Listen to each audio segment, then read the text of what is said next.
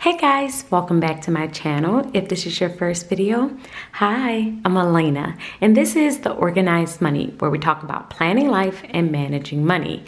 Today's video is going to be on how do you handle those random things that come up throughout your day. So this is a question that I have gotten in the past, and that's basically as you're going throughout your day and something comes up, maybe you get a phone call or maybe something comes up that's unexpected, an unexpected event, but how do you handle those things that are not already in your planner? So I wanted to walk you through my planner inbox and show you how I handle things that come up throughout my day that I had not planned for. So when you open up my planner, the first thing that you're going to see is my table of contents, and I believe this is the first video where you have seen this because in yesterday's video I added my reading planner, and my reading planner was the last planner that I was waiting on to actually complete my planning system. So I added my table of contents last night, and I'm going to do a full planner flip through showing you every single part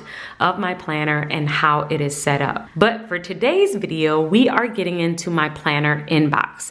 My planner inbox lives right behind my catch-all section. And the reason why it lives behind my catch-all section instead of in front is because this section usually comes up as I am going throughout my day. So usually I'm already in my planner, I'm already working on something, my planner is already open, and then I may get a phone call or something may happen where I might need to plan ahead or write down some notes or jot down an appointment. It could be anything, but when that happens, I flip to my planner inbox. The first thing that you're going to see is some sticky notes. I like to keep some sticky notes here for really quick notes that I might need to jot down.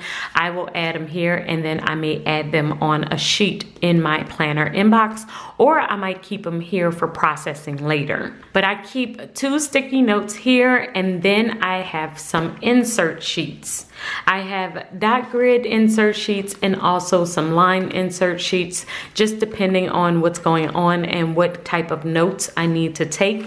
And then I have my brain dump section. So my brain dump section is where I am basically jotting down anything that I might need to get off of my mind. The next thing that I have in here is my daily sheets. So with my daily sheets, I do not use these every single day. I only use them whenever I need them, and the last time I needed one was Friday, and I was basically trying to get out of my mind all of the videos that I wanted to film. But basically this is a daily sheet that I use from time to time. I don't use them all the time, but every now and then I will just use this to kind of plan out my day even further in detail than what is in my catch-all planner. So as you can see, my catch-all planner is by the hour, but this sheet is by the half hour, and that just helps me to plan even further in detail. So I have a couple of those sheets in here as well.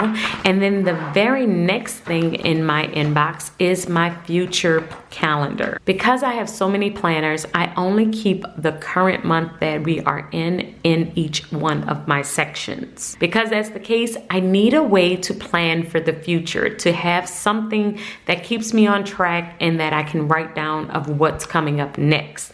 Now, I do this automatically with my social media. So if you flip to my social media section, you can see that I will keep track of future videos that I want to film here.